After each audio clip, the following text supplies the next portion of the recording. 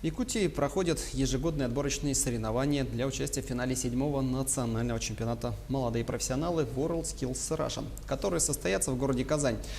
За эти дни уже определились лидеры по различным компетенциям. Как отмечают организаторы, в этом году количество конкурсантов и компетенций стало больше. Сегодня гость нашей студии – главный эксперт международного чемпионата по компетенции графический дизайн Анна Москалева. Анна, здравствуйте. Здравствуйте. Компетенция графический дизайн, она включена в отборочные соревнования впервые? Нет, у нас одна из самых старейших компетенций в России. А вот в этом году какие-то изменения, может быть, в компетенцию внесены, какие-то, может быть, я не знаю, новшества этого года? У нас практически каждый год задание усложняется, и раз в 2 года после международного чемпионата в компетенцию вносятся новые техники и технологии, которые востребованы на международном рынке. А, кстати, вот какое оборудование и программу используют участники этой компетенции? В основном мы используем Apple с точки зрения оборудования, с точки зрения принтеров это Samsung, Hewlett Packard и печатные машины, с точки зрения программного обеспечения это Adobe Creative Cloud. А вот насколько, может быть, уже переходя, наверное, к нашим ребятам, которые занимаются в этих компетенциях, насколько ребята вообще подготовлены и есть ли у них какие-то, вот по вашему мнению, сложности были с подготовкой, может быть, ведь все-таки, наверное, графическим дизайном немного затратно все-таки заниматься, да, если иметь софт профессиональный, должное оборудование. И с точки зрения затратности, да, это так, и не в каждом регионе есть то оборудование, на котором дети проходят отборочный и нацфинал, но для региональных чемпионатов существуют упрощенные требования, да, по системные, соответственно, и программные. Но плюс всегда еще встает очень большой вопрос подготовки в регионах, это именно специалисты, профессионалы из индустрии, которые могут научить детей, а WorldSkills вообще в целом заточен именно под практику индустрии здесь и сейчас. Кстати, как вы оцениваете потенциал развития графического дизайна как у нас в республике, в Саха-Якутии, и вообще в стране в целом? Ну, по показателям последних лет, например, участия в том же движении WorldSkills, за последние 4-5 лет уровень в регионах и преподавателей, и подготовленных студентов по компетенции графический дизайн и по сдающим демонстрационный экзамен выпускников компетенции графический дизайн стал гораздо лучше. Вы достаточно новый регион в этой компетенции, поэтому я думаю, что у вас еще все впереди. Ну вот, а если говорить, может быть, о международном опыте, да, вот какие страны, наверное, какие города, они все-таки диктуют, наверное, тенденции, да, откуда мы вот, я не знаю, может быть, берем где-то параллельно с ними работаем, к чему мы идем, стремимся вообще? Большая часть современного графического дизайна основывается на старой школе начала 20 века, немецкой школе дизайна Баухаус и классический швейцарский дизайн. А вот, может, не все наши телезрители знают о том вообще, где применяется графический дизайн. Можете ли вы вкратце рассказать? Ну, графический дизайн – это, в принципе, все, что вы видите с точки зрения статичной визуальной картинки. Если не считать фотографию, все остальное – это графический дизайн. Это реклама наружная, внешняя, вывески, навигация, упаковка, сайты, мобильные приложения, рекламки, буклеты, книги, словари. Вот абсолютно все. Но если говорить о трудоустройстве молодых профессионалов в дальнейшем, да, в будущем, насколько они востребованы, каков вообще рынок труда? Рынок труда в творческих профессиях вообще очень специфический, и это отдельная тема. Но, как правило, все участники, все победители, как минимум, да, нацфинала или занявшие лучшие места, благополучно очень трудоустраиваются в международные компании, которые имеют представительство в России. Кто-то остается в своих регионах, и они очень востребованы, потому что они являются универсалами.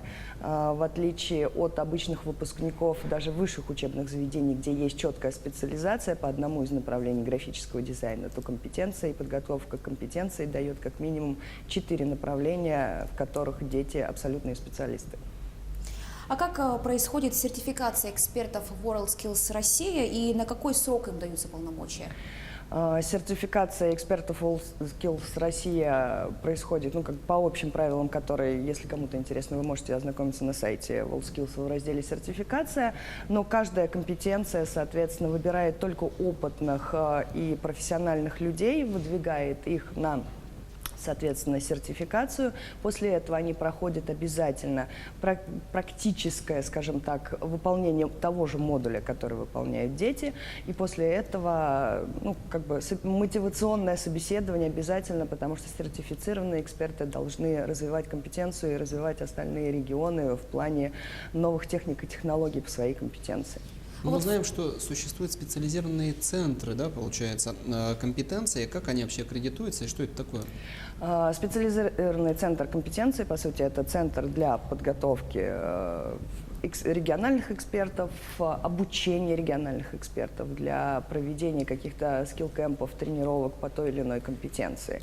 Как бы требований достаточно много юридических и экономических требований, с ними также можно на сайте ознакомиться, но с точки зрения как бы практической, главное иметь сертифицированного эксперта по той компетенции, по которой вы хотите аккредитовать СЦК, иметь победителя как минимум регионального уровня по той компетенции, по которой вы аккредитовываете СЦК, и самое главное, материально-техническая база и оснащение должно быть на высшем уровне. Вот расскажите о своем опыте, потому что вы ведь работаете не только на национальных, но и мировых соревнованиях WorldSkills. Вот можете рассказать о своем опыте? Ну, опыт достаточно большой. Это и региональные чемпионаты, и демонстрационные, и вузовские чемпионаты, и международные чемпионаты. Прошлый чемпионат мира Абу-Даби, Евроскиллс в Будапеште прошлый. Первые игры Азии были осенью по Азия Skills, до этого ее не было, было только Евро и Мир. И в этом году на Казани 2019 я являюсь чиф-экспертом по юниорской компетенции графического дизайна. Вот какие трудности возникают у ребят как раз-таки вот в развитии, наверное, вот этого направления, может быть, в осуществлении своих каких-то достижений, целей в будущем? В первую очередь отсутствие, наверное, базиса, потому что все-таки большинство европейского образования строится на каких-то классических основах искусства. Ну, истории дизайна, истории искусства, ну, просто всеобщие какие-то вещи. У нас это не предусмотрено, если ребенок специально не ходит в художественную школу или на какой-то специализированный кружок. Из-за отсутствия вот этого базиса и насмотренности, там, к 14 годам, ну, просто элементарной насмотренности, да, того, что есть в мире, у них на начальном этапе, на стартовом, очень маленький, ну, как бы, разбег, да, вот, как правило, для креативной части. А дизайн, как и любой визуал, это в первую очередь все-таки креатив.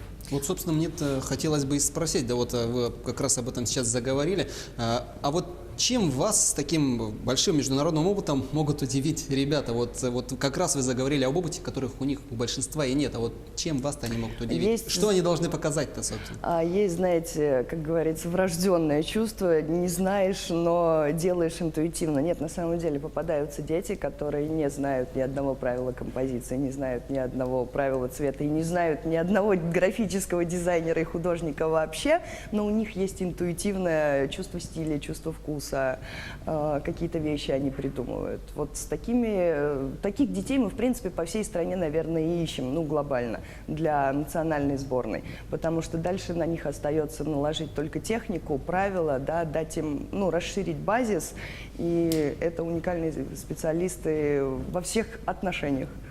А получается, что у нас в России нет таких специальных программ по графическому дизайну? Это же ведь проблема, как ее решать? Нет, к сожалению, и никто не знает, как ее решать, потому что действительно из нашего софта нет ни одной программы, которая может заменить пакет Creative Cloud с точки зрения визуала, да и звука тоже, и видео, собственно говоря. Поэтому пока никто не может дать ответ на этот вопрос, к сожалению. Какие-то особенности национального графического дизайна у нас есть вот в России, предположим, по сравнению с другими странами? Скажем так, если брать классический российский дизайн, то нет, потому что мы базировались на той же школе Баухаус, у нас было свое до революции ответвление в Хутемас, поэтому у нас одна школа базисная. В 60-е, 50-е дизайн для всего мира, в принципе, был одинаков. То есть для мира и для Европы. Ну, все мы помним, это ретро-футуризм, все мы смотрели в будущее, поэтому, в принципе, стилистика тоже была одна. одна и та же. Мы отличились в 90-х, как обычно. Вот мне кажется, с тех пор, многие профессионалы и профессионалы международные шутят о том, что с 90-х в России дизайна нет. Поэтому, в принципе, наша задача вот последние 5-7 лет, наверное, доказать международному сообществу и доказать в первую очередь нашим жителям, что все-таки мы тоже можем, и у нас есть дизайн, и тоже есть школа. А вот сколько участников по компетенции графический дизайн будут отобраны для участия в национальном финале? По юниорам это 10 человек и по взрослым 10 человек. Юниоры будут выбираться из 22 участников отборочных, взрослые из 45. А у кого сложнее? У юниоров или у взрослых? Нет, ни у кого сложнее. У них задания абсолютно похожи, просто юниоры из-за того, что работают меньшее количество часов на площадке, у них количество продуктов внутри сокращается, но сложность абсолютно такая же. Анна, по вашему мнению, какие регионы нашей страны, наверное, находятся в лидерах по креативным идеям среди графического дизайна? Сейчас, к сожалению, это центральные регионы, потому что все-таки большее количество населения, скопления, да, всегда генерирует определенные выставки, приезд каких-то известных спикеров, дизайнеров, доступ к информации, опять же, какой-то выезд, да, вот для насмотренности, для знакомства. Поэтому, основные все-таки Москва, Санкт-Петербург, Казань, то есть вот большие города, да, где миллионники наши. Потому что чем меньше, жителей, тем все-таки более, наверное, остры социальные и экономические проблемы в регионах, нежели приглашать тут какого-то дизайнера, чтобы учил наших детей. Поэтому, большая часть нашей страны, к сожалению, находится вот в такой ситуации, поэтому сертифицированных экспертов мы, скажем так, направляем всегда на региональные чемпионаты, на демонстрационные, чтобы они на месте учили преподавателей, соответственно, рассказывали детей, знакомили их с новыми техниками, технологиями, тенденциями. Анна, и в завершение нашей беседы, очень коротко, какие вы можете советы дать начинающим дизайнерам? Мы с этого уже и начинали. Смотреть. Можно не сидеть, не читать книги, достаточно просто подписаться в социальных сетях на всякие топовые издания касаемо дизайна и просто между делом, пролистывая ленту, хотя бы их просматривать, потому что это все равно отложится визуально. А так действительно нужно все-таки познакомиться с правилами классических школ дизайна, а дальше просто отпустить, наверное, себя и дать волю фантазии. Спасибо большое за интересную беседу. Это было актуальное интервью сегодня с главным экспертом международного чемпионата по компетенции графический дизайн Анной Москалевой. Мы говорили об отборочном туре чемпионата WorldSkills.